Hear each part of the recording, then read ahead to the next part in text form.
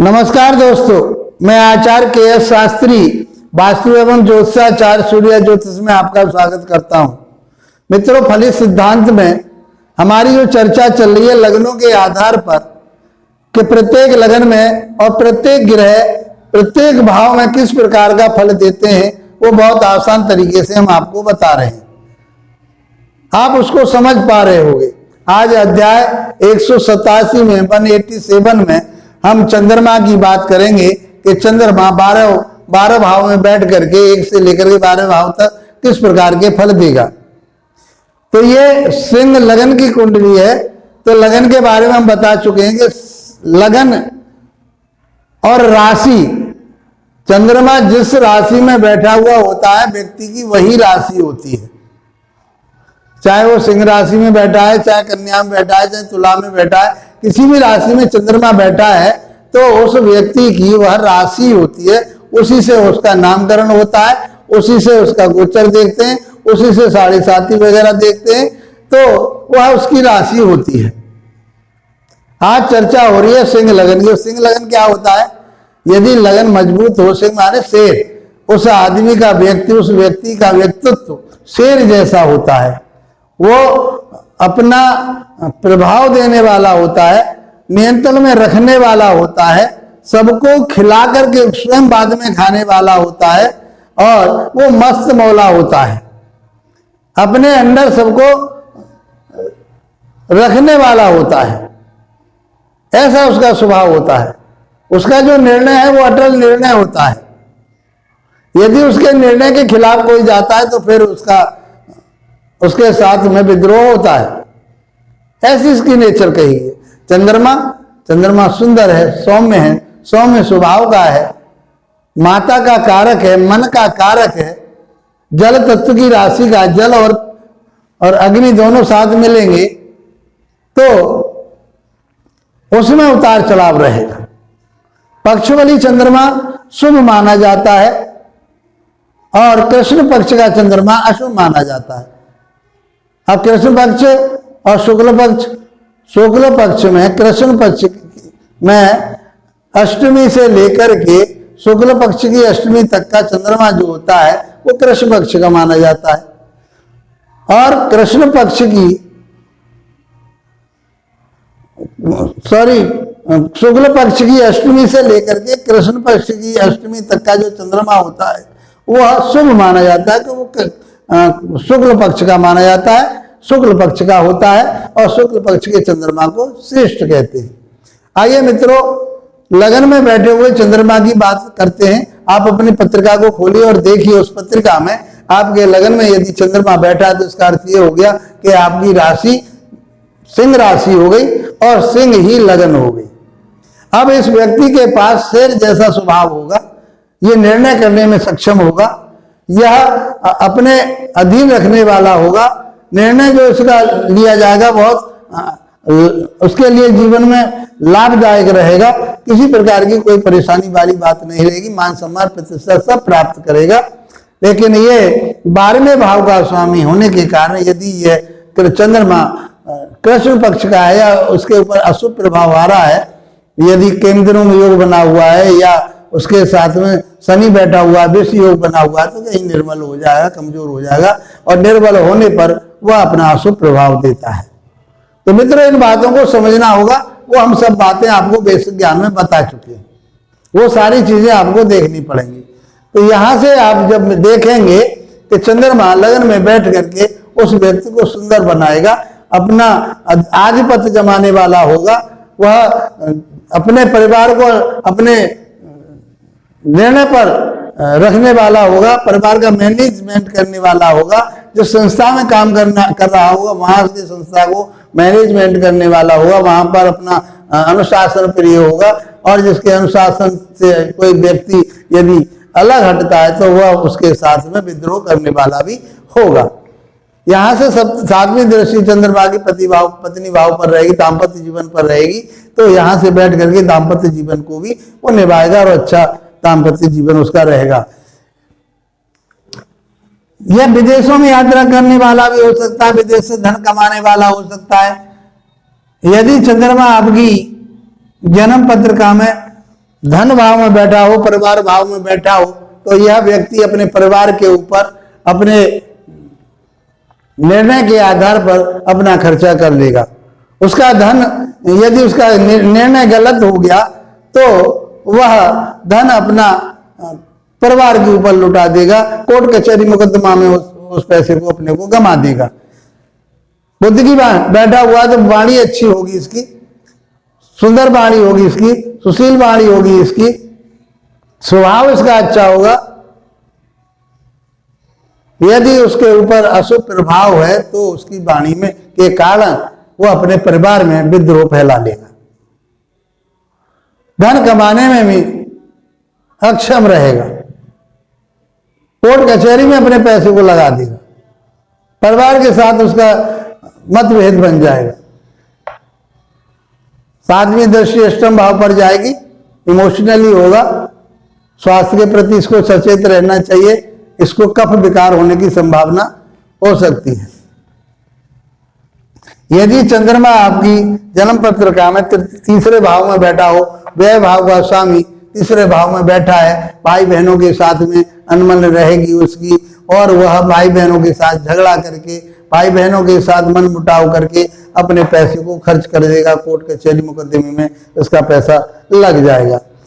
यहां से वो अपने भाग्य स्थान को देखेगा, भाग्य स्थान को देखने का अर्थ यह है भाग्य को बढ़ाएगा। वो शौक मौज का भी कारक रहा है, जहाँ चंद्रमा शौक मौज की तरफ को ले जाएगा तो वो अपने शौक मौज में भी पैसे को खराब करेगा, बर्बाद करेगा या उसका व्यय करेगा। भाग्य उसका अच्छा रहेगा। यदि चंद्रमा आपकी जन्म पत्रिका में चौथे भाव में बैठा हो तो वह अपने धन को परिवार के ऊपर, अपनी संपत्ति के ऊपर विवाद में कहीं न कहीं उस खर्चे को कर देगा। माता के स्वास्थ्य पर परेशानी रहेगी, इसके स्वास्थ्य में भी परेशानी रहने की संभावना है। नीच का चंद्रमा हो गया है, लेकिन नीच के चंद्रमा का अर्थ ये नहीं है कि वो पूरा ही असर देता है। 3 डिग्री तक या 2 डिग्री तक वो चंद्रमा जो है हमारा नीच का माना जाता है, तो उतना प्रभाव नहीं रहेगा उसका, लेकिन बाकी तो अपना नीचता का प्रभाव उसके ऊपर रहता है। उच्च नीच का इतना प्रभाव उस चंद्रमा के ऊपर नहीं पड़ता, अप डाउन होता रहता है। इसका मन चंचल रहेगा, अस्थिर रहेगा, निर्णय करने में सक्षम नहीं होगा। यहाँ से वह अपने कर्म क्षेत्र को देखेगा, कर्म क्षेत्र में जा करके वह यहाँ से कोई बिजनेस वगैरह कर सकता है, लेकिन वहां पर भी इनकी तालमेल में कहीं कमी रहेगी। चंद्रमा आपकी जन्म पत्रिका में यदि पंचम भाव में बैठा हो, गुरु के घर में बैठा हो, तो ज्ञानी विवेक से काम करने वाला होगा। अपने पैसे को ज्ञान के ऊपर, आध्यात्मिक के ऊपर, पढ़ाई लिखाई के ऊपर लगाने वाला होगा, अच्छा गेन करने वाला होगा। तो यहाँ पर हम कह सकते हैं कि चंद्रमा यदि धनु राशि में बैठा है तो इसकी धनु राशि हो गई, और धनु राशि का जो स्वामी होता है गुरु हो गया। गुरु का इसके ऊपर प्रभाव आ जाए तो यह बहुत अच्छा रिजल्ट यहाँ देगा, और ये विदेशों से खूब धन कमा सकता है, उन्नति तरक्की कर सकता है, यहाँ से बहुत अच्छा ज्ञानी विवेकी हो सकता है, शिक्षा प्राप्त करने वाला हो सकता है, प्रेम संबंधों में ये लगा रहने वाला हो सकता है, प्रेम संबंधों में भी अच्छा विश्वास करने वाला होगा, और यह विदेश में जा करके अच्छी अपनी वाणी के आधार पर, अपनी बुद्धि के आधार पर अच्छा धन कमाएगा, और ये लाभ भी यहाँ से कमाएगा। यदि आपकी जन्म पत्रिका में चंद्रमा छठे भाव में बैठा हुआ है तो यह यहाँ से विपरीत राजयोग बनाएगा, बहुत अच्छा उन्नति तरक्की करेगा। अपने शत्रुओं के माध्यम से कर्जा दे करके उनको, या किसी संस्था में जुड़ करके उनको कोर्ट कचहरी तक का काम करने वाला के काम करके वह अपनी उन्नति तरक्की कर सकता है। यहाँ से यह इस विदेश भाव को देखेगा तो यहाँ से बैठ करके वह विदेश से जाकर के भी धन कमा सकता है, और इस प्रकार से यहाँ ये विपरीत राजयोग बनाने का काम करेगा। छठे भाव में बैठ करके चंद्रमा विपरीत राजयोग ही बनाता है, और ये यहाँ अच्छे रिजल्ट देता है। सप्तम भाव में बैठ करके चंद्रमा यहाँ से पत्नी भाव में आकर या दाम्पत्य जीवन में आकर के कहीं उथल पुथल मचा देता है, निर्णय सही नहीं ले पाता, और पार्टनरशिप में भी इसकी अस्थिरता रहती है। यहाँ से यह अपने व्यक्तित्व को देखेगा तो ये कुछ चिड़चिड़ापन दे सकता है, इसके लिए कुछ क्योंकि ये अपना निर्णय लेगा, उस निर्णय का इसका बहुत अच्छा निर्णय होगा वो, लेकिन वहां कहीं ये निर्णय में दूसरों के ऊपर यदि छोड़ देता है तो ये कहीं ना कहीं अपने धन को नाश कर लेगा, दाम्पत्य जीवन का नाश कर लेगा। यदि आपकी जन्म पत्रिका में अष्टम भाव में बैठा हुआ है तो यहाँ पर भी बैठ करके ये विपरीत राजयोग बनाएगा। गुरु की दृष्टि आ जाए इसके ऊपर तो यहाँ से ये गुण ज्ञान की तरफ हो जाएगा, आध्यात्मिक की तरफ हो जाएगा, उन्नति की तरफ हो जाएगा, तरक्की की तरफ हो जाएगा और धन कमाने वाला होगा। संचित धन इसके पास बहुत होगा, बुद्धि ज्ञान विवेक अच्छा होगा और यह एक सफल योग वक्ता भी होगा। यहाँ से बैठ करके ये पूजा धर्म पाठ में लगने वाला होगा। यदि हम ये बात करें कि चंद्रमा आपकी जन्म पत्रिका में भाग्य भाव में बैठा हो, मित्र की राशि में बैठा हुआ है, क्या है 12वें भाव का स्वामी, व्यय भाव का स्वामी यदि यहाँ आ जाए, आकर के मित्र भाव में बैठ गया है और मंगल की स्थिति बहुत अच्छी है तो यहाँ बैठ करके अपने भाग्य को प्रबल करेगा। विदेश में जाकर के खूब अच्छा धन कमाएगा, विदेश से इसके लिए लाभ प्राप्त होगा, विदेशियों से इसके लिए लाभ प्राप्त होगा और अपने भाग्य को बढ़ाएगा। पराक्रम बहुत अच्छा होगा, भाई बहनों के साथ अच्छे तालमेल रहेंगे, ऐसी कोई परेशानी वाली बात नहीं आएगी। यदि हम बात करें चंद्रमा की तो ये उच्च राशि में अपना बैठ जाएगा 10वें भाव में, तो यहाँ से भी यह विदेश के माध्यम से, अपनी वाणी के माध्यम से, अपने कुशलता के माध्यम से, अपने निर्णय के मन के माध्यम से ये कहाँ से खूब विदेश से धन कमाएगा और यहाँ काम करेगा तो वहां काम करने में भी ये अच्छा अपना प्रभाव रखेगा। यदि इसके ऊपर बुरा प्रभाव आ रहा है, शनि का प्रभाव आ रहा है, राहु का प्रभाव आ रहा है या यह कृष्ण पक्ष का है तो इसके निर्णय लेने की जो क्षमता होगी वह कहीं न कहीं गड़बड़ा जाएगी और यह अपने धन का नाश कर लेगा। मित्रों, यहाँ से बैठ करके यह भूमि भवन वाहन माता को देगा, माता के साथ तालमेल में कहीं कमी रहेगी, माता के स्वास्थ्य में कमी रहेगी और भूमि भवन वाहन को भी ये प्राप्त करेगा। लेकिन उसके अच्छा चंद्रमा है, उच्च का चंद्रमा बैठ करके यहाँ देखेगा तो बहुत अच्छी तरक्की कर लेगा, भूमि भवन वाहन को प्राप्त कर लेगा। यदि आपकी जन्म पत्रिका में 11वें भाव में चंद्रमा बैठा हुआ है तो यहाँ से अप डाउन होता रहेगा, अपने 12वें भाव से 12वें भाव में चला गया, यहाँ पे लगन के अनुसार 11वें भाव में गया तो यहाँ जाकर के बहुत अच्छे रिजल्ट देगा, बहुत लाभ प्राप्त करेगा। और यहाँ 11वें भाव में तो बैठा हुआ कोई भी ग्रह हो वो अच्छे ही रिजल्ट देता है। ये शास्त्रों में कही गई बात है कि 11वें भाव में बैठा हुआ ग्रह बहुत अच्छे रिजल्ट देता है, बुद्धि विवेक ज्ञान की तरफ को ले जाता है, संतान के साथ में अच्छे तालमेल रहते हैं, बुद्धि अच्छी रहती है, वह अच्छा चिकित्सक हो सकता है, वह अच्छा वक्ता हो सकता है, वह अच्छा ज्योतिषी हो सकता है। ये बहुत अच्छे इसके पास धन प्राप्त करने के साधन हो सकते हैं और लाभ प्राप्त कर लेगा।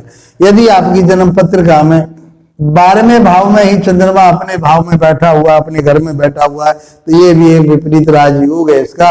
तो ये विदेश से खूब धन कमाने वाला होगा, खूब अच्छा इनकम करने वाला होगा, मान सम्मान प्रतिष्ठा पाने वाला होगा। यदि यह कृष्ण पक्ष का चंद्रमा है, वो निर्बल चंद्रमा है, कोई बुरा प्रभाव उसके ऊपर आ रहा है तो वह अपना व्यय उस विदेश में जाकर के जो कमाएगा वहीं पर गमा देगा। इमोशनली वो अपने निर्णय सही नहीं ले पाएगा और यह किसी जगह डिप्रेशन का शिकार भी हो सकता है। मित्रों, इस प्रकार से मैंने आपके लिए चंद्रमा के कारकत्व के बारे में बताया। यदि चंद्रमा आपका कहीं पीड़ित हो रहा है, आपको अच्छे रिजल्ट नहीं दे रहा है तो मैं इसके रत्न वगैरह पहनने के आपके लिए नहीं कहूंगा, क्योंकि 12वें भाव का चंद्रमा है।